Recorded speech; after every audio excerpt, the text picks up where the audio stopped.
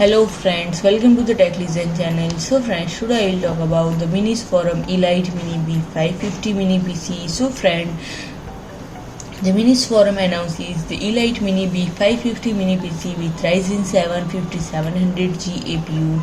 and friend, it will be using the AMD B550 chipset, and friend, it will sell with two different CPU options including AMD Ryzen 7 4700G and AMD Ryzen 7 5700G, and friend, you can replace the CPU with their own one if they want, and friend, it supports AM4 socket Ryzen 4000 or 5000 series CPUs with TDP lower or equal to 65 watt, and friend, the motherboard supports up to 64 GB of RAM, and it has two M.2 2280 SSD slots depending on which CPU that you use. The B550 can support PCIe 4.0, and friend, it has AMD RZ608, so it supports Bluetooth 5.2 and Wi-Fi 6, and friend, interfaces include 2 HDMI ports, 1 into DisplayPort, 4 into USB 3.2 ports, 1 USB-C port, 1 RJ45 2.5 GBE port, 1 line out and 1 mic, and friend,